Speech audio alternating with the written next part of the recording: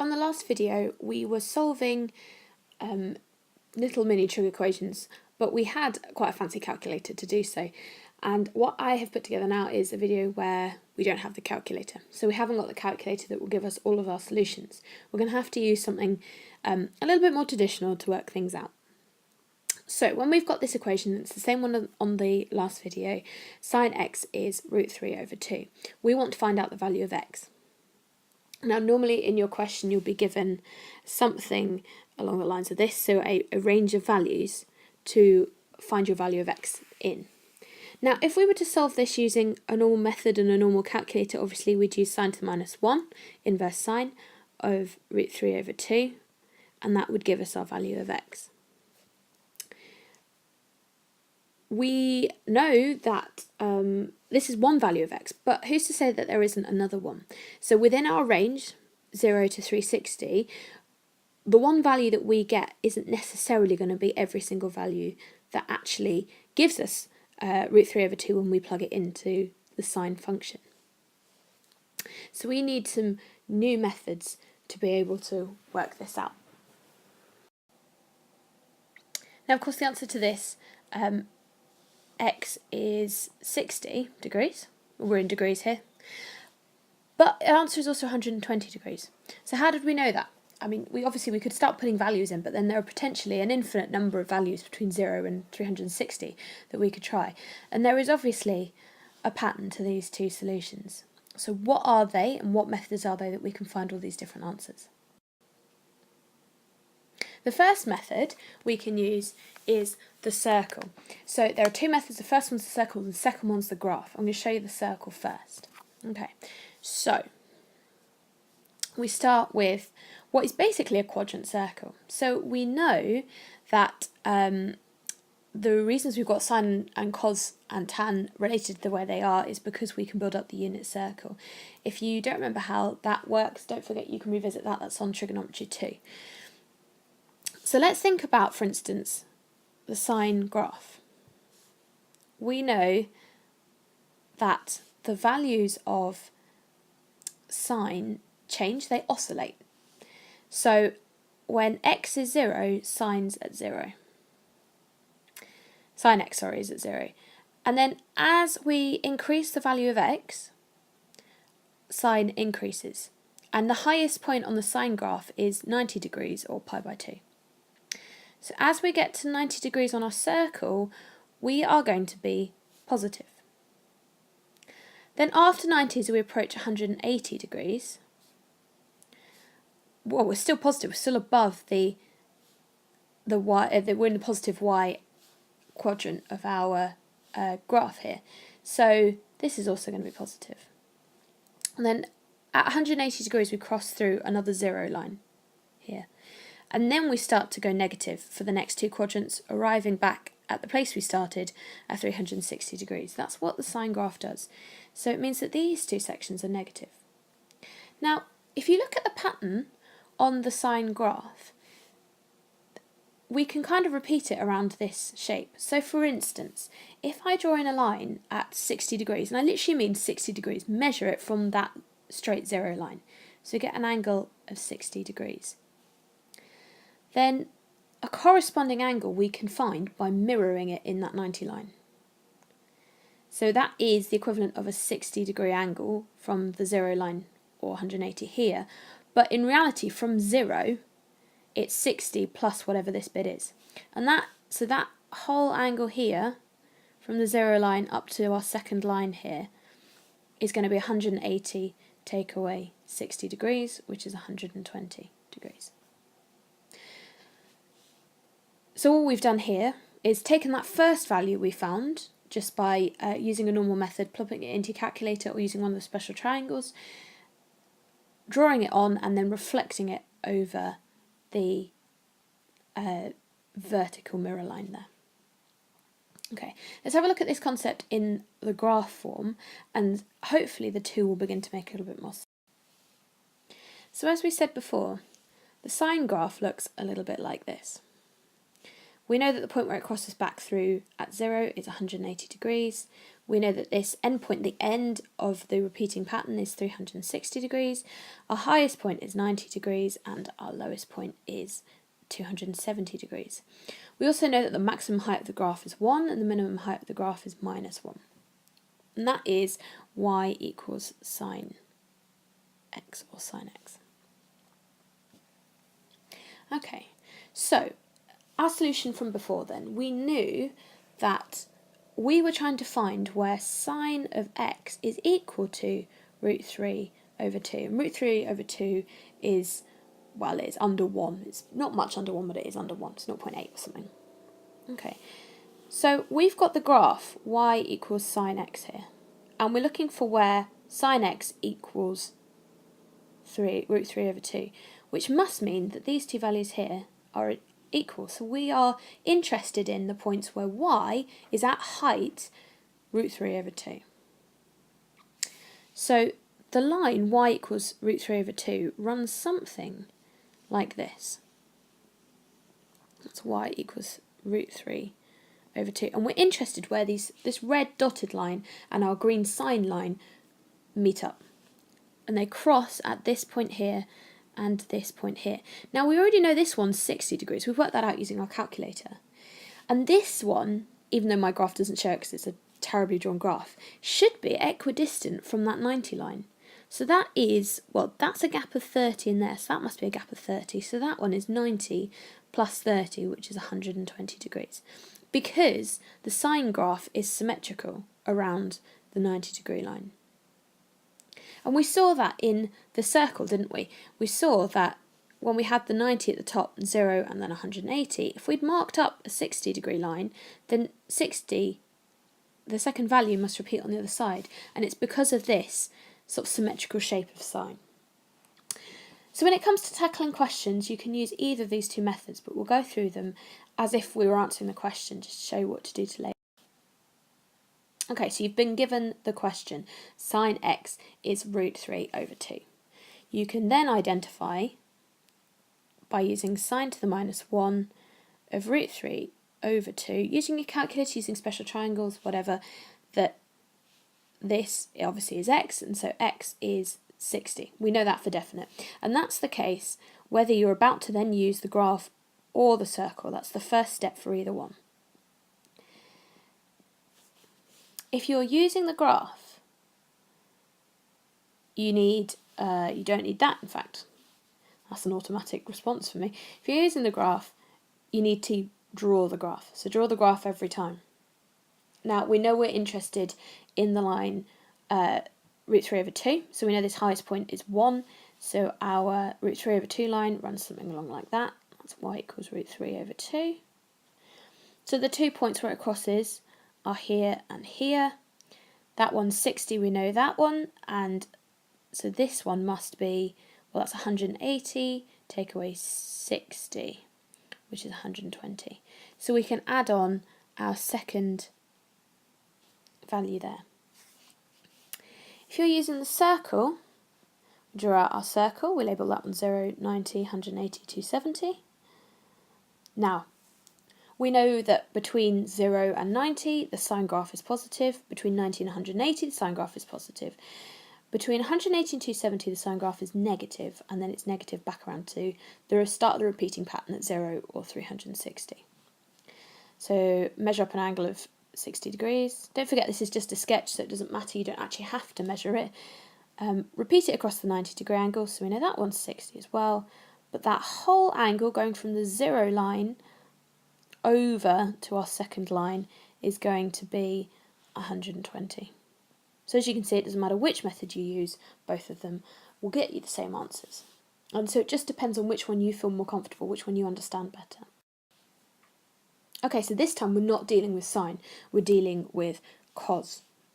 So obviously we've still got two options. We've got the first option, which is the graph, and the second option, which is the circle.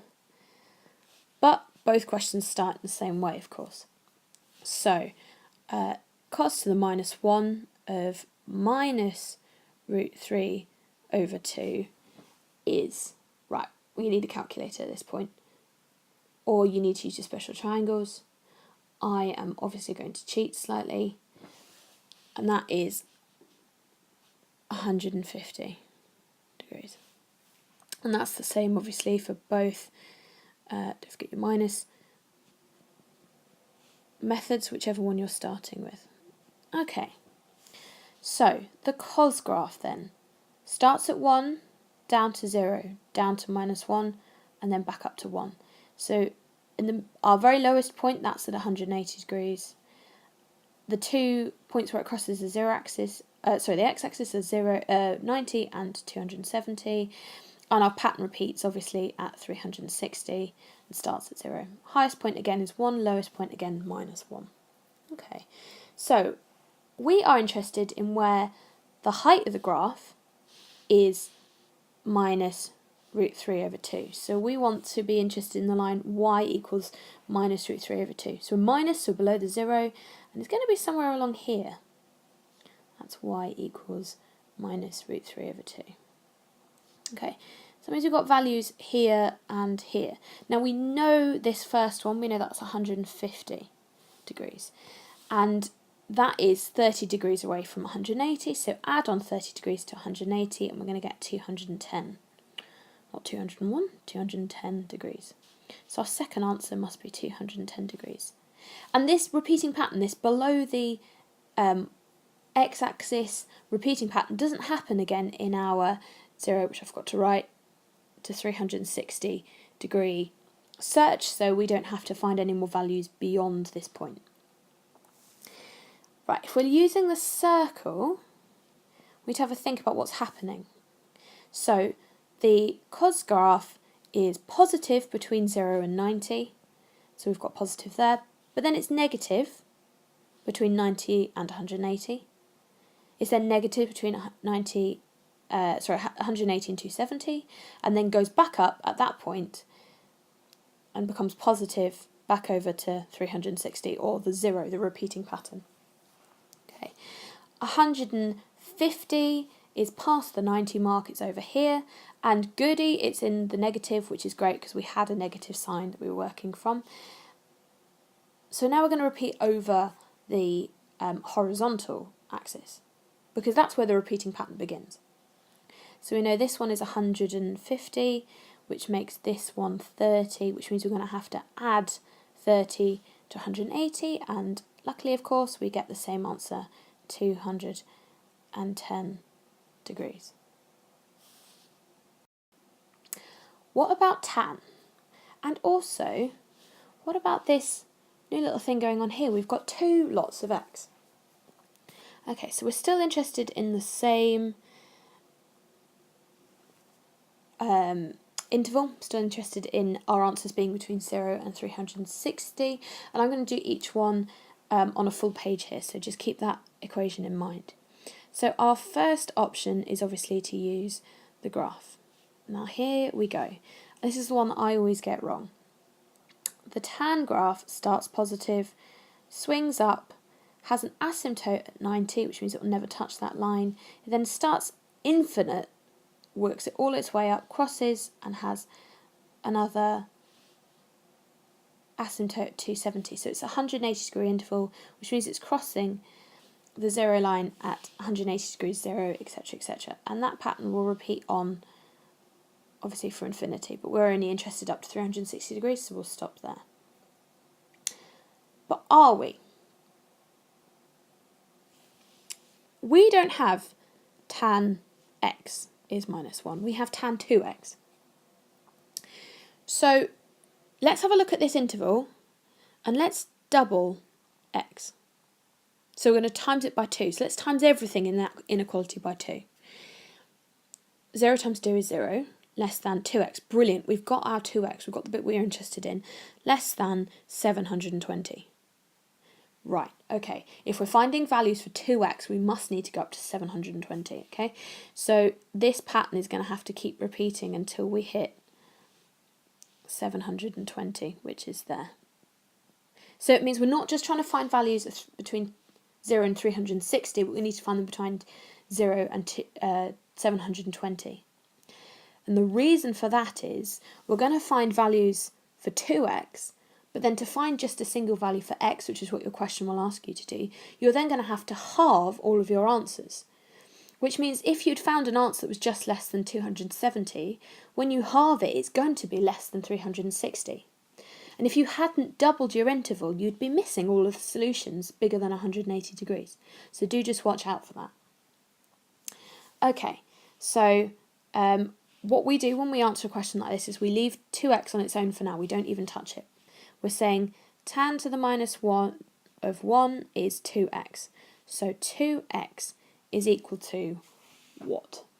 Pop it in your calculator, use a graph, and you're going to find out that 2x is minus 45 degrees. Okay, we're interested in where tan of 2x is equal to minus 1. So we're interested in these kinds of points here.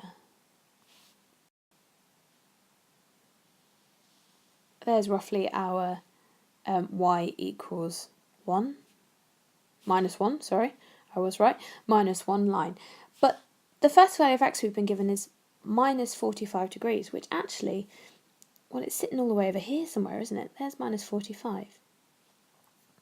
So we know that the other values we're going to be interested in are going to be the ones that repeat on that pattern. So that one, that one, that one, and that one. They're in the same place, the same repeating pattern. So sometimes you do, even though we're not interested in tan less than 0 or x less than 0, but we might well be having to start there so that we can find the point where we want to repeat the pattern. Okay, so this is 45 less than 0. So this must be 45 less than 180, which is, brain into gear, 135 degrees. This one is 45 less than 360, which is 315 degrees. This one is 45 less than 540, which is, wow, 495. If I'm getting these wrong, I do apologise. I've got the real answers written down at some point. And 45 less than 720 is 600, and what's going to end in a 5?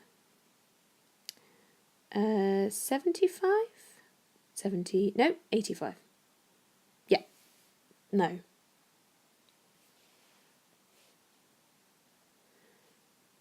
Okay, I'm just going to have to do this.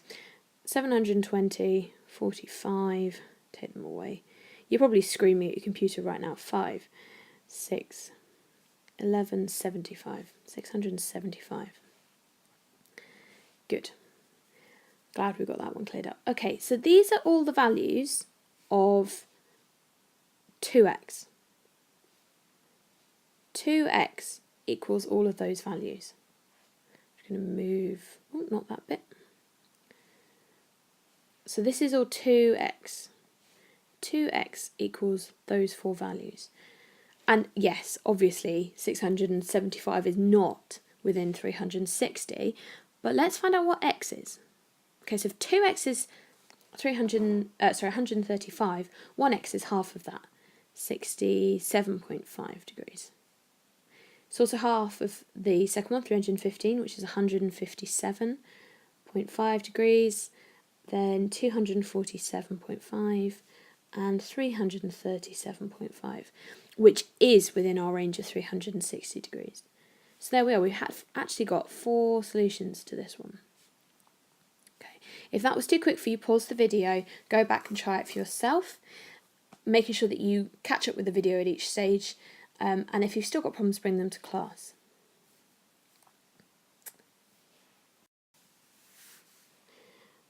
So, if the graph isn't your favourite thing at the moment, let's have a look at using the circle. Okay, so we've got the same thing, that 2x is equal to minus 45 degrees. And the way we got that was to say tan to the minus 1 of minus 1 is minus 45. So on and so forth. Okay, Let's have a think about what's happening with tan. Okay, so I'm just going to draw a tiny tan graph at this point. Just have a think about what's happening with the tan graph between 0 and 360. Okay, so it's positive between 0 and 90. It's then negative because it jumps from an asymptote, so it goes all the way from, if you could have it, positive infinity down to minus infinity, and then starts working its way back up to 0, which makes it positive after 180 degrees, and then does the same thing, drops all the way down. So we get this alternating plus minus pattern. Okay, minus 45 then. Okay, we've got a minus, and this is another interesting thing about the circle. In this direction, which is the direction we've been going, we've always been dealing with positive values. If we go in that direction, we're going to be dealing with negative. So negative 45 must sit at that point. And we know we're right. Well, any degree can't be negative. It's just a direction, isn't it? So we've just got an angle of 45 degrees here. But we're in the negative quadrant, which is great, because as we saw in the previous line, the tan graph is below the 0 line. So we knew we'd be in the negative, which is good. Okay, where does that repeat? Well, that repeats flipping it over that line, doesn't it?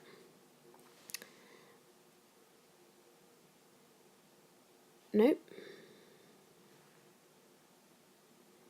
Ignore me. That's completely wrong. We want the other points where it's negative. We don't want positive. We don't want to go from a negative here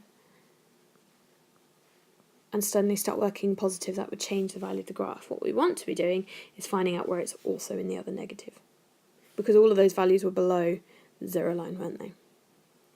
Okay, let's not start going negatively through, because don't forget our interval is positive. Let's go the positive direction around. So we're going to start at the 0 line and we're going to work in the positive direction. And that first one, well, we know this angle is 45 because that's in the middle. So it's 90 plus 45, which is 135. Right, then we're going to trundle all the way around the circle. The next time we get to it is 45 below the 360 line, which is whatever we found out it was last time. 315. Okay. And then, okay, so this is 360 now rather than 0. We've gone once around the circle, so we've gone all 360 degrees. We're then going to go back around it again. So we've got 360 plus 90, which is, what is that, 450.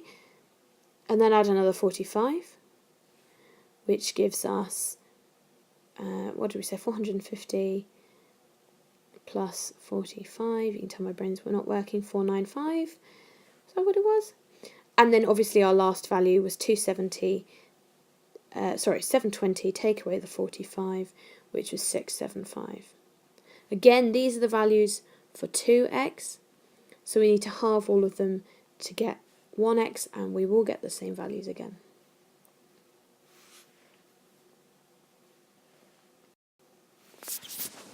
Okay, so just to recap then. When you're using the graph, you need to draw the right graph, and then we're thinking about where that graph, the sine x or cos x, whatever it is equal to something, and that little something is the height of y. So when we've got our graph, we're then drawing in a height of y. And the intersecting points, these crossing points, are the bits we're interested in. Using a calculator or your triangles or whatever it is you're using, obviously you'll have one of them, and then you'll be able to use the graph and the repeating patterns in the graph to find the other one.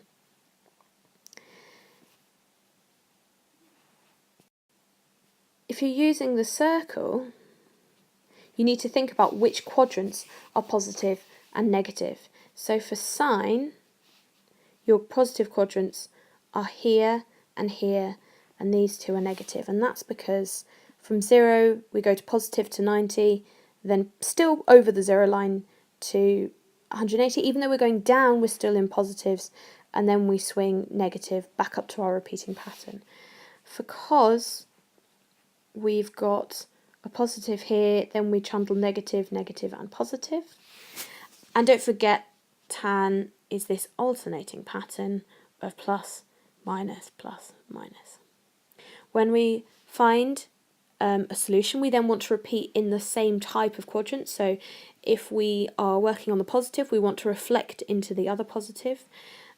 So in this case, if we're working in positive, we then reflect in that positive. And in tan, if this is our positive, we'd be not reflecting necessarily, but carrying the line straight through to the other positive quadrant. We can actually simplify this using a little pattern. So what is common to all three of these quadrants? Well, all of them are positive in this top right-hand quadrant, so I'm going to put an A there. Then sine is positive in this second quadrant, moving anti-clockwise around. Then tan is positive in the bottom quadrant, and then cos is positive in the bottom right quadrant. Now, you can find all sorts of different patterns for this. You can use anagrams. I like cast, start here, C-A-S-T. I've heard some rude ones, I've heard some funny ones.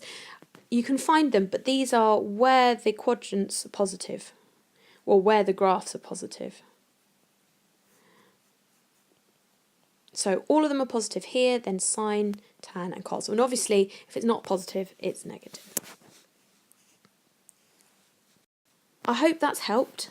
If it hasn't, please do bring your questions to class. If you have the calculator, even if you have the calculator, it might be worth you just making sure you can answer things this way, because technology may well fail you in your exam. It'd be good to know, but also it's good to know why your calculator is popping out these answers so that you have intuitions about them. Good luck, and don't forget to bring questions to class.